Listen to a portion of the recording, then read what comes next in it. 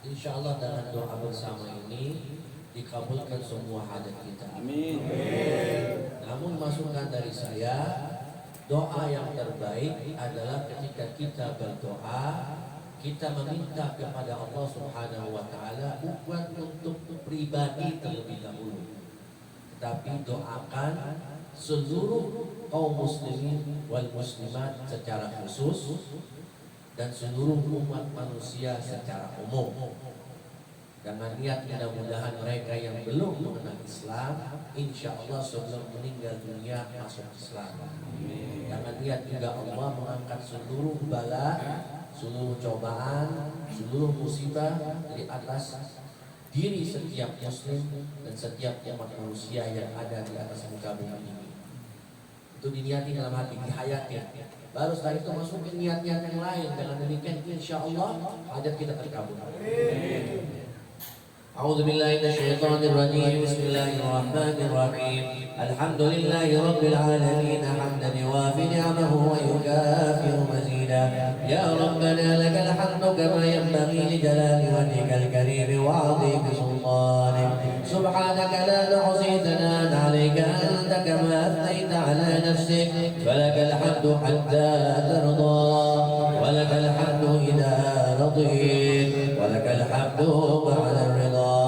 Allahumma salli wa sallim wa barik ala sayyidina Muhammadin wa alihi fil awwalin wa salli wa sallim wa barik ala sayyidina Muhammadin wa alihi fil akhirin wa salli wa sallim wa barik ala sayyidina Muhammadin wa alihi fi kulli waqtin wa hin wa salli wa sallim wa barik ala sayyidina Muhammadin wa alihi fil nabiyyin wal mursalin wa salli wa sallim wa barik ala sayyidina Muhammadin wa alihi fil mala'il a'la ila yaumiddin wa salli wa sallim wa barik ala sayyidina Muhammadin wa alihi hatta tarida al-ardha wa man 'alayha wa anta khairul warithin.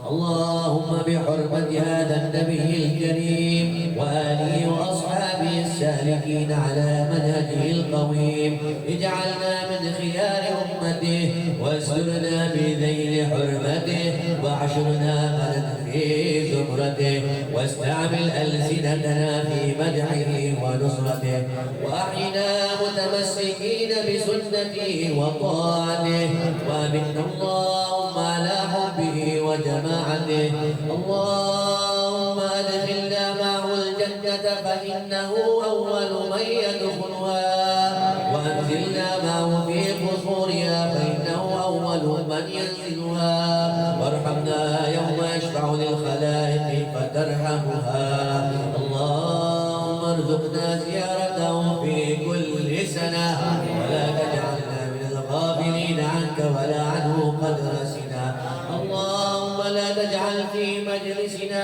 هذا أحدا إلا غسلت بماء التوبة ذنوبه وسترت برداء المغفرة عيوبه اللهم إنه كان معنا في السنة الماضية إخوان رحمهم الله منعهم القضاء عن الوصول إلى مثلها فلا تحرمهم ثواب هذه الساعة وفضلها اللهم ارحمنا إذا سرنا من أصحاب القبور ووفقنا لعمل صالح يبقى سناه على ممر الدهور اللهم اجعلنا لآلائك ذاكرين ولنعمائك شاكرين وليوم لقائك من الذاكرين وأحينا بطاعتك مشغولين وإذا توفيتنا فتوفنا غير مفتونين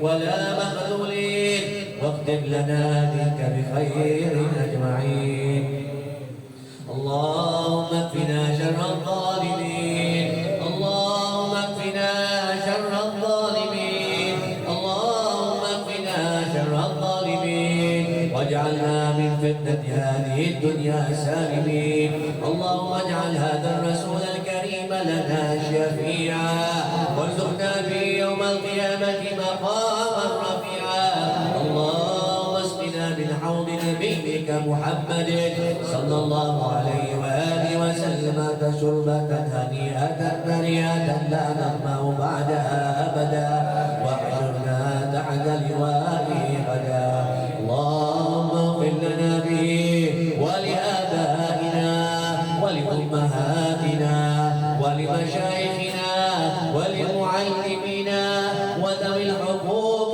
علينا ولمن أجرى هذا الخير في هذه الساعة ولجميع المؤمنين والمسلمين الأحياء منهم والأموات إنك قريب مجيب الدعوات وقاضي الحاجات وغافر الذنوب والخطيئات يا أرحم الراحمين وصل اللهم على سيدنا محمد وعلى آله الطيبين الطاهرين وسلم تسليما كثيرا طيبا مباركا فيه وارض اللهم عن الصحابة الكرام الميامين أجمعين بفضل سبحان ربك رب العزة عما يصفون وسلام على المرسلين والحمد لله رب العالمين.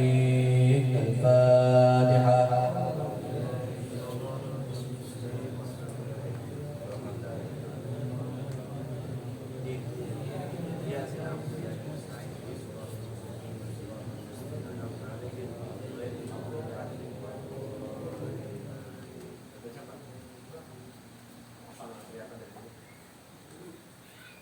Kelihatan nggak?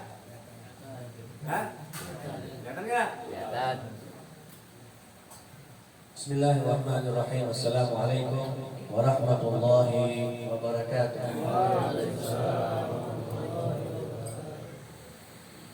Alhamdulillahil azizul ghaffar al-qawiyul qahhar mukawwinul layli 'ala an-nahar wassalatu wassalamu 'ala nuril anwar wa sirril asrar مفتاح باب اليسار سيدنا وحبيبنا وقرة أعيننا ومولانا محمد الصفي المختار وعلى آله الطيبين الأطهار ورضوان الله تعالى أصحابه الكرام المنتجبين الأخيار. أما بعد hadirin hadirat yang di belakang Majelis Maulid Rasul sallallahu alaihi wasallam, wabil khusus Habib Hadi bin Syaukat Al-Khairin, Habib Fikri As-Segar, perjumpaan ya.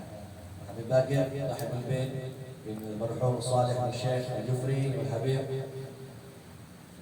Syarif Bahsin. Selamat ajum Habib ya.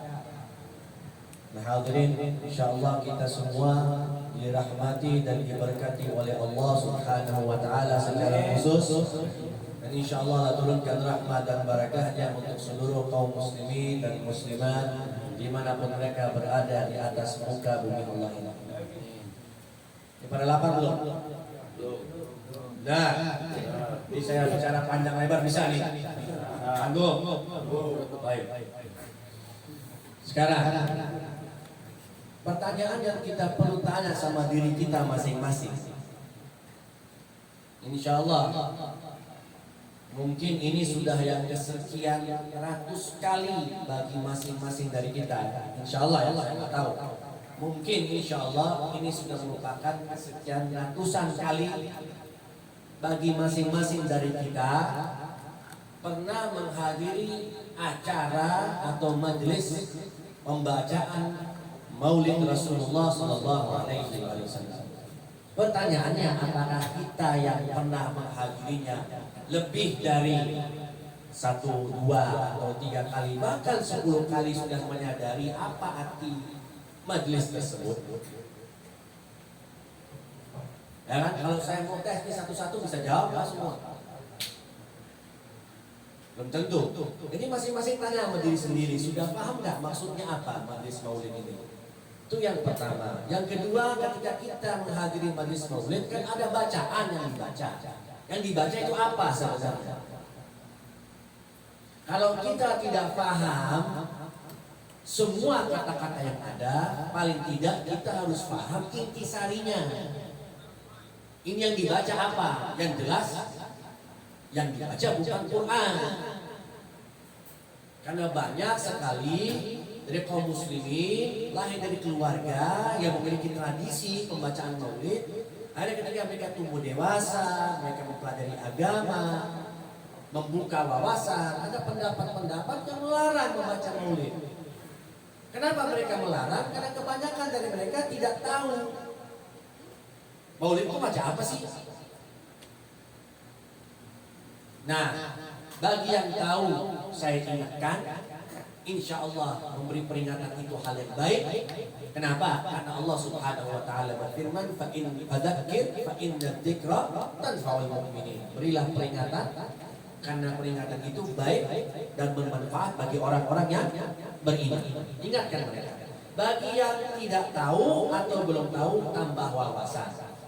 Ya, intinya pembacaan kitab maulid itu adalah kita baca sejarah, baca secara singkat tentang proses kelahiran baginda Rasulullah Shallallahu Alaihi Wasallam. Beserta ada tambahan catatan mengenai sifat-sifat beliau yang semua bisa kita dapat di kitab-kitab sejarah yang besar. Jadi kalau kita bertanya pada diri kita sendiri, baca kitab sejarah itu kumpul rame-rame dosa apa enggak? Enggak. Cari dalilnya, baca kitab sejarah itu dosa. Ada nggak dalilnya? Nggak ada. Jadi kita kumpul baca sejarah. Yang dibaca apa? Sejarah. Dan diselingi dengan pembacaan qasidah.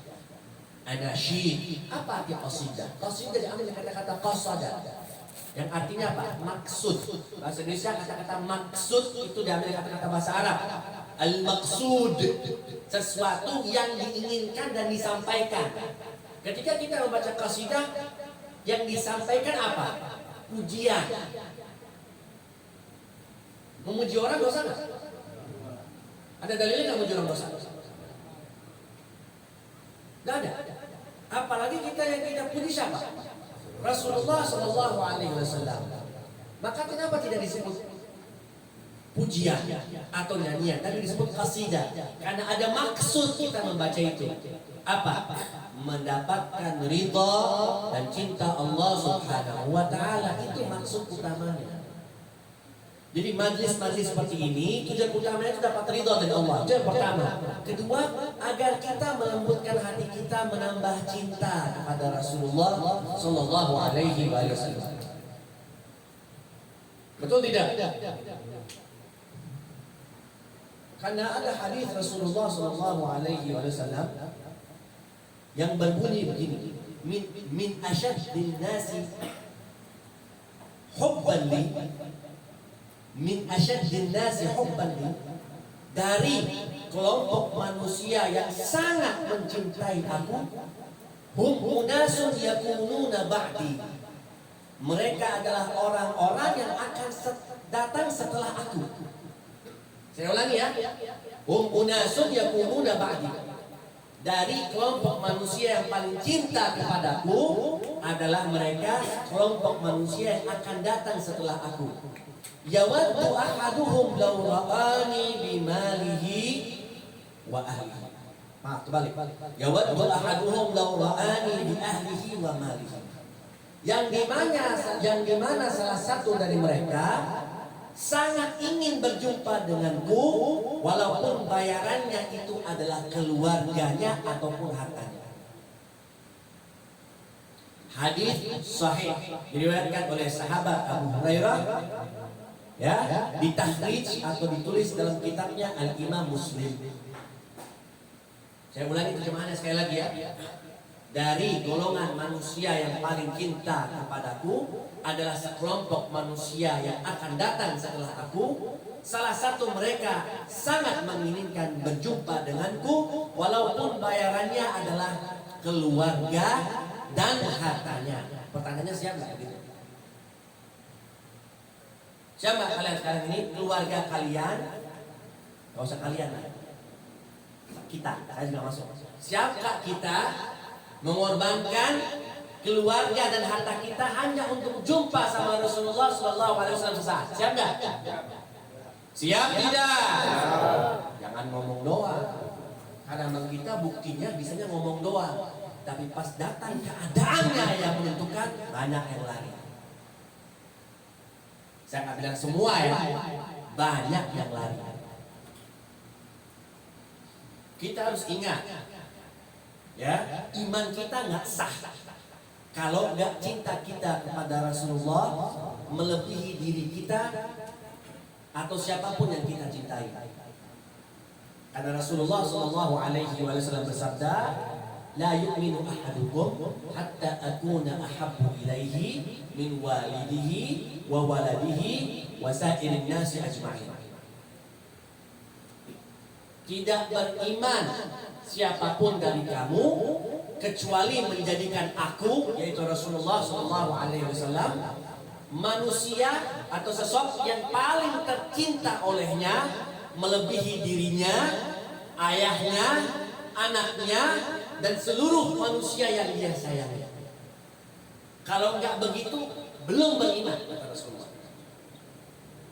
Di hadis yang lain, la yu'minu ahadukum hatta yakuna Allahu wa rasuluhu ahabbu ilaihi mimma siwahuma.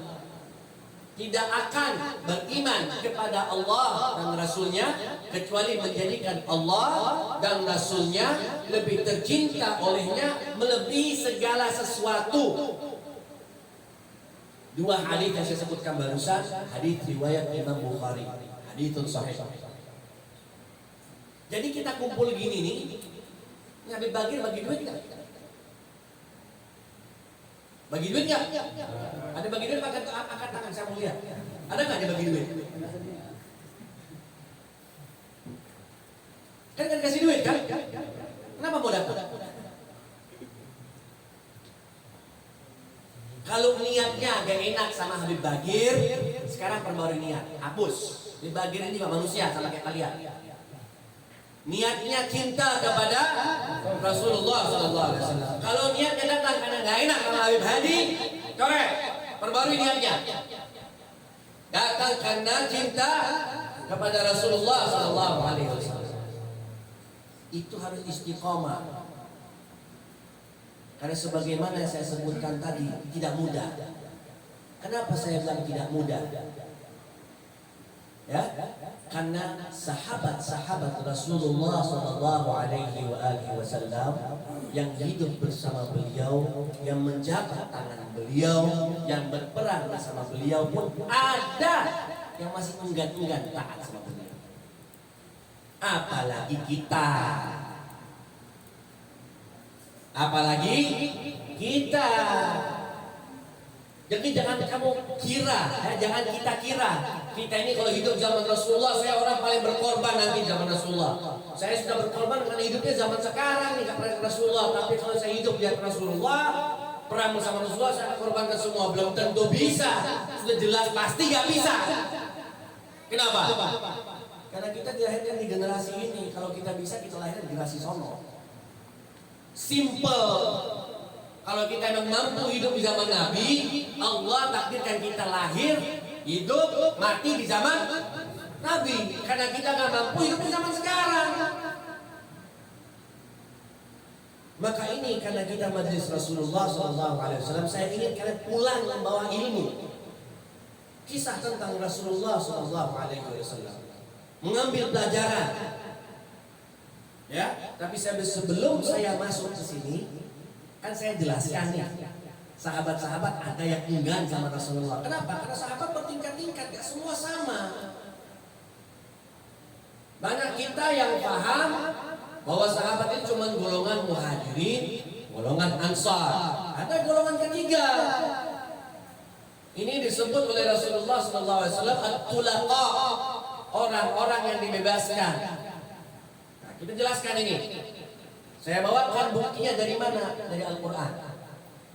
Kalau hadis kan nanti ada orang bilang ini sahih atau tidak. Oh sahih mungkin menurut pendapat madhab ini. Belum tentu sahih menurut pendapat madhab yang lain. Enggak, kalau Quran semua sepakat. Yang pertama Allah Subhanahu Wa Taala berfirman di surat At-Taubah, kalau nggak salah, insya Allah surat At-Taubah, Allah Subhanahu Wa Taala firman, "Was-sabiquna al-awwaluna minal muhajirin wal ansar." Wasabiqun al-awwalun, dan orang-orang yang telah mendahului golongan pertama. Kata-kata sabiqun dari kata-kata sabaqa yasbiqu, orang yang telah mendahului. Al-awwalun yang pertama. Kata-kata mendahului itu pasti pertama kan? Tapi Allah tambahkan lagi al-awwalun. Mereka sudah mendahului dan mereka kategorinya awwalun, pertama. Siapa mereka? Minal muhajirin wal ansar. Dari golongan muhajir dan ansar. Walladzina tabauhum bi ihsan. Dan mereka yang mengikuti jejak mereka dengan baik. Jadi harus ikuti jejaknya.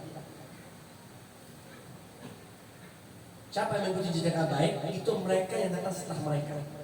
Termasuk kita insya Allah. Kita datang setelah mereka atau tidak? Nah, tapi kita berusaha mengikuti jejak mereka. Walladzina tabauhum bi ihsan radhiyallahu anhum wa radu anhum. Itu mereka yang telah Allah ridhai dan mereka ridha kepada Allah. Yang bilang ridha sama mereka siapa? Jangan ngelamun. Yang bilang ridha sama mereka siapa? Siapa? Saya baru baca apa? Ayat Quran. Dan yang bilang ridha sama sahabat muhajir ansar siapa? Allah. Yang bilang ridha Allah, bukan manusia. Kalau Allah ridha sama mereka, kita siapa gak ridha? Kita merasa lebih hebat dari Allah. Nah, mereka yang Allah sebutkan mengikuti jejak mereka dengan baik, Allah akan golongkan bersama mereka. Mudah-mudahan kita masuk. Amin. Allah bukan ridha saja pada mereka. Allah mengatakan wa'adda lahum. Allah siapkan bagi mereka jannatin tajri min tahtiha al-anharu khalidina fiha. Dzalikal fawzul 'azim. Allah siapkan bagi mereka surga-surga. Singkat cerita, surga-surga tajri di bawahnya sungai, itulah kemenangan yang agung. Nah, ini golongan sahabat yang dipuji oleh Allah. Nah, di surat Al-Hadid, surat Al-Hadid itu surat 57, yang mau catat. Yang mau catat ya rugi. Surat Al-Hadid surat 57. Ayatnya saya lupa. 10 kalau nggak salah. Di tengah-tengahnya Allah Subhanahu wa taala berfirman, la yastawi man anfaqa min qabli al-fathi wa hajar wa qatal. La yastawi man anfaqa min qabli al-fathi wa qatal. Tidak sama mereka yang berinfak, ya, sebelum ke Makkah dan berperang sebelum Makkah. Itu tidak sama mereka yang dilakukan setelah. Singkat cerita, di peristiwa Fathu Makkah, ketika Rasulullah SAW menaklukkan kembali kota Makkah, itu seluruh kota Makkah masuk Islam. Seluruhnya masuk Islam. Terjadi di Fathu Makkah. Ini yang Allah mengatakan dalam ayat ini, tidak sama mereka yang berislam sebelum Fathu Makkah. Islam yang lebih dulu, infak keluar harta lebih dulu, berperang lebih dulu, itu tidak sama. Tidak sama dengan siapa? Lanjutan ayatnya Allah bilang apa? Ulaika a'dhamu darajatan minal ladzina anfaqu min ba'di fathi wa qatal. Mereka yang berinfak, mereka yang berperang sebelum Fathu Makkah lebih agung kata Allah kedudukannya. Lebih agung, a'dham lebih agung ketimbang mereka yang masuk Islamnya setelah Fathu Makkah baru ikut perang dan infak. Jadi yang bilang nggak sama kedudukannya siapa? Yang bilang nggak sama siapa? Bukan saya. Nah, percaya buka surat Al-Hadid, insya Allah ayat 10, surat 57. Jadi sahabat itu nggak semua tingkatannya sama. Kalau kita mengatakan sahabat itu pasti nggak punya salah, enggak.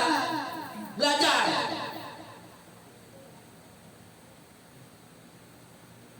Mengerti? Nah, saya kasih contoh cerita. Di akhir hidup Rasulullah Shallallahu Alaihi Wasallam, beliau mengalami sakit demam yang sangat tinggi. Sampai dalam riwayat istri-istri beliau itu ketika dikompres pakai air itu mulukan sampai 9 wadah. Panas badan beliau. Kenapa demikian? Agar mereka yang meninggal dunia sakit terhibur. Sama saya kayak Nabi saya dulu. Nabi saya pun sebelum meninggal itu sakit juga. Tapi sakitnya manusia biasa dengan Rasulullah itu beda. Semakin tinggi iman seseorang, semakin tebal cobaannya. Rasulullah di akhir hidupnya ketika sakit membentuk pasukan untuk mengcounter, menangkal, menghadapi pasukan Imperium Romawi yang sudah berencana bergerak untuk memerangi kaum muslimin di Madinah. Rasulullah membentuk pasukan. Ada dalam riwayat mengatakan 3.000, ada yang mengatakan 4.000, ada yang mengatakan 5.000. Pasukan ini dipimpin oleh siapa? Dipimpin oleh sahabat muda yang bernama Usama bin Zaid bin Harithah, yang pada saat itu dilantik oleh Rasulullah menjadi jenderal perang, umur 18 tahun. Karena zaman kita sekarang 18 tahun ngapain? Hah? Kira-kira bisa apa? Anak 18 tahun zaman sekarang bisa apa? Ini Rasulullah jadikan jenderal perang. Jadi apa? Jenderal perang. Tahu dia memimpin siapa? Memimpin sahabat-sahabat besar dari kalangan Al-Muhajir wal Ansar. Sayyidina Abu Bakar As-Siddiq, Sayyidina Umar bin Khattab, Abu Ubaidah bin Jarrah, Mus'ab bin Umair. Bukan, Mus'ab sudah meninggal. Suhaib Al-Rumi. Dan banyak sekali nama-nama sahabat kelas atas yang pimpin sahabat muda umur 18 tahun, yang dimana kelak ketika dikaji, salah satu warisan Rasulullah Shallallahu Alaihi Wasallam mempersiapkan generasi muda. Dipesan beliau agar generasi muda dipersiapkan sebelum generasi sebelumnya tuh berangsur-angsur meninggalkan pentas. Tapi tahu nggak kalian, banyak di antara sahabat-sahabat itu ada yang protes, walaupun nggak berani bicara. Coba kalau kita pikir baik-baik, kesel nggak sih ada yang protes sama Rasulullah? Coba tanya sama diri kita masing-masing, ada yang protes sama Rasulullah, kesel nggak sih? Kita mesti tahu kalau kita di situ pun kita pasti protes juga. Itu namanya cobaan. Namanya apa? Cobaan. Kalau kita menghadapi cobaan, Rasulullah Shallallahu Alaihi Wasallam cobaan yang paling berat. Karena Rasulullah ini sakit, sempat tertidur Rasulullah. Ketika terbangun dia tanya, ini pasukan sudah jalan belum? Belum jalan. Karena masih ada yang berat. Masa mau pikir perang nih, pemimpinnya masih muda begini. Bayangkan. Rasulullah Shallallahu Alaihi Wasallam keluar, memberikan perintah untuk jalan pasukan. Kata Rasulullah, kalian keberatan dengan perintah saya sebagaimana dulu saya perintahkan kalian, sebagaimana dulu kalian keberatan dengan saya menjadikan bapaknya jadi jenderal. Bayangin, bukan pertama kali, kedua kali ini. Dulu di perang Mu'tah, Rasulullah mengutus pasukan muslimin melawan juga Imperium Romawi, 100.000 lawan 3.000. Itu yang Rasulullah lantik menjadi jenderal. Yang pertama itu Imam Ja'far At-Tayyar, sepupunya Rasulullah Sallallahu Alaihi Wasallam, abangnya Imam Ali Karamallahu wajhah. Kata Rasulullah, kalau Ja'far gugur, yang menjadi jenderal setelah dia Zaid bin Harithah, bapaknya Usama tadi. Ini muka orang ada yang berubah-berubah. Jadi istilahnya kan second in command, menjadi jenderal 2. Jadi kalau Ja'far gugur, yang jadi jenderal yang kedua itu Zaid bin Harithah. Masih muda juga pada itu. Cuma tidak semudah Usama ini. Lalu Rasulullah mengatakan, kalau Zaid gugur, yang menjadi jenderal setelah dia Abdullah bin Rawaha. Ketika mendengar itu, apalagi Rasulullah setelah itu mengatakan, ketika tiga-tiganya sudah gugur, baru kalian musyawarah siapa menjadi jenderal pengganti mereka. Mendengar itu, ketiga orang ini sudah tahu bahwa mereka gak bakal pulang. Dan memang tiga-tiganya gugur syahid. Kuburan mereka sekarang di Jordania. Dan saya alhamdulillah punya kesempatan kuliah Yordania dan dekat makam mereka. Setiap Jumat saya ziarah kuburan mereka bertiga. Jadi Rasulullah mengatakan, sebagaimana dulu kalian keberatan saya jadikan bapaknya jenderal, kalian keberatan lagi saya jadikan anaknya jenderal. Bayangin. Cuma tidak disebutkan nama-nama mereka siapa aja yang keberatan. Jalan kata Rasulullah. Ayo bergerak. Gak berani mereka lawan sama Rasulullah. Walaupun agak berat, agak sungkan, gak enak, tapi tetap jalan. Ketika pasukan ini sudah melewati kota Madinah belum jauh, datang utusan menyusul mereka mengatakan bahwa sakitnya Rasulullah SAW makin berat. Pasukan batal jalan, balik pulang ke Madinah. Dan tidak lama kemudian Rasulullah SAW meninggal dunia. Singkat cerita, Sayyidina Abu Bakar As-Siddiq jadi khalifah. Saya nggak mau bicara proses sampai ke situnya karena bukan itu inti pembicaraan saya. Singkat cerita, Sayyidina Abu Bakar As-Siddiq jadi khalifah, maka salah satu perintah pertamanya adalah pasukan yang dibentuk oleh Rasulullah SAW tetap bergerak, dipimpin oleh Usama bin Zaid. Ini yang protes-protes dulu nih masih protes, beranggapan karena sekarang khalifahnya Sayyidina Abu Bakar, pemimpinnya Sayyidina Abu Bakar, maka kita coba masing-masing tunjukkan aspirasi. Tahu diganti atau gak jadi berangkat pasukannya. Kenapa? Karena ketika Sayyidina Abu Bakar As-Siddiq radhiyallahu anhu jadi khalifah, terjadi gejolak. Apa gejolak? Kelompok orang-orang murtad. Kenapa mereka murtad? Karena ada muncul Musailamatul Kadzdzab, orang baru ngaku jadi nabi. Bayangin. Dan mereka gak mau bayar zakat. Dan kelompok yang muncul setelah wafatnya Rasulullah SAW dan langsung membentuk pasukan sampai 100.000 untuk menyerang Madinah. Kok bisa begitu? Duit. Namanya tokoh yang punya duit selalu bisa menggerakkan massa. Ini Musailamatul Kadzdzab nih, nabi palsu, nabi pendusta. Kalian tahu nggak apa kata kaumnya dia? Apa kata sukunya tahu nggak? Ini omongan terkenal nih. Dalam orang yang mengkaji sejarah Rasulullah SAW. Apa kata mereka? Nabiyyun minna kadzib ahabbu ilaina min nabiyyin min Quraisy shadiq. Nabi dari kalangan kami walaupun pendusta lebih kami cintai ketimbang nabi jujur dari kalangan Quraisy.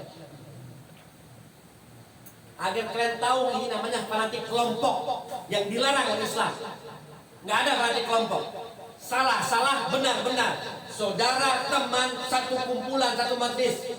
Nggak ada bela satu kumpulan, satu majlis kalau dia salah. Nggak ada. La asabiyyata fil Islam, tidak ada fanatikan dalam Islam illa lillahi wa li rasulih, kecuali untuk Allah dan Rasul. Ini bayangin ini duit nih. Mereka bisa mengatakan nabi dari kalangan kita pendusta lebih kami cintai ketimbang nabi yang jujur tapi dari Quraisy. Bayangin nabi pendusta ini bisa ngumpulin pasukan berapa?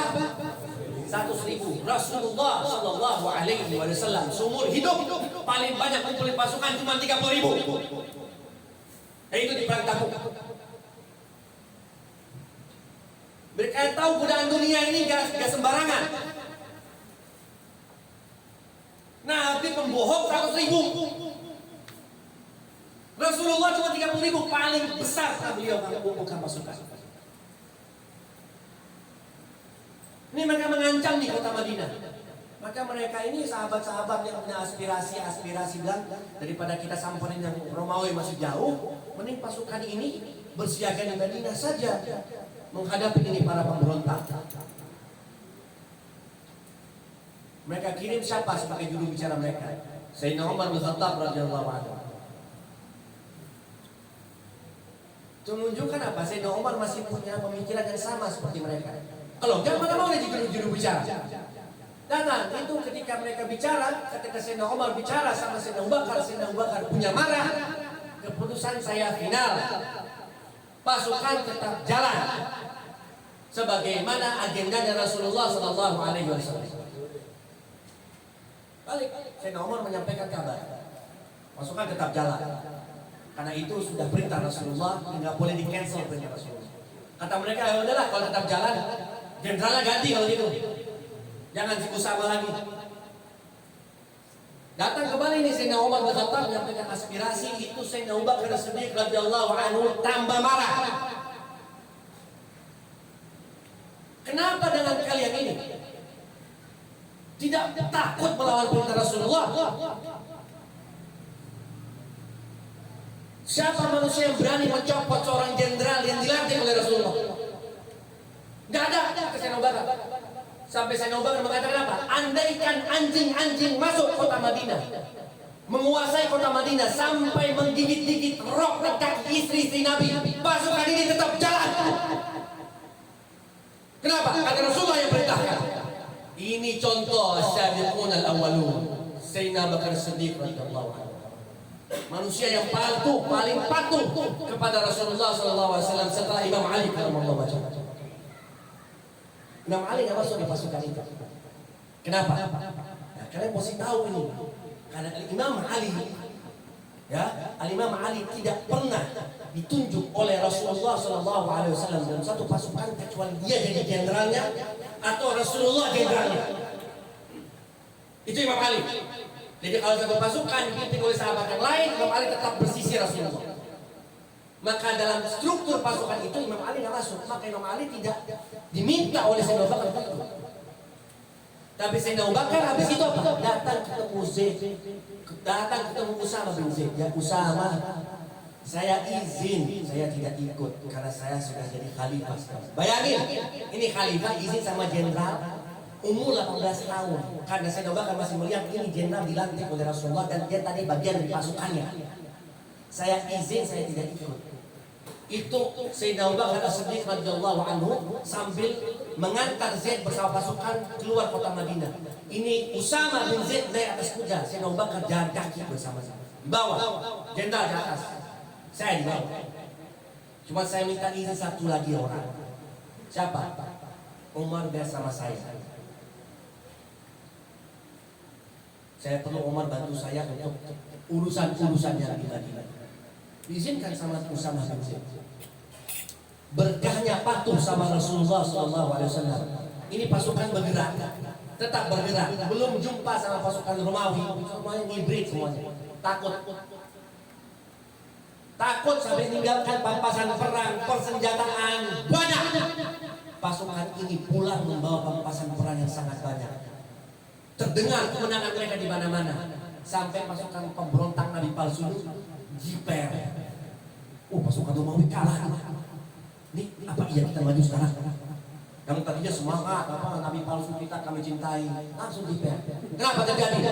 Patuh sama Rasulullah. Berkahnya patuh sama Rasulullah SAW. Dan kamu lihat, gak mudah. Perlu mental kuat. Gak ada yang namanya Rasulullah bilang ada nego, gak ada.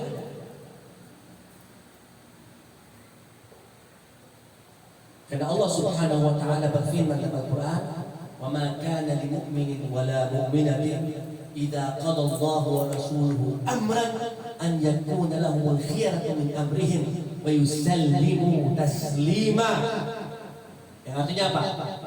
Tidak patut bagi seorang mukmin dan seorang mukminah apabila Allah telah menentukan, apabila Allah dan Rasulnya telah menentukan satu ketentuan, mereka punya pilihan lain dalam benak mereka.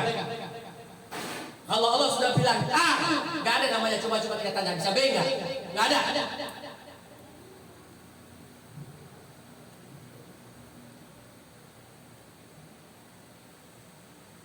Dan gak boleh di hati mereka itu ada keresahan. Gak mau terima dalam hati itu gak ada. Itu kan untuk urusan Allah ya. Kalau ada yang nggak terima dari hatinya itu kita nggak lihat. Tapi Allah Maha tahu.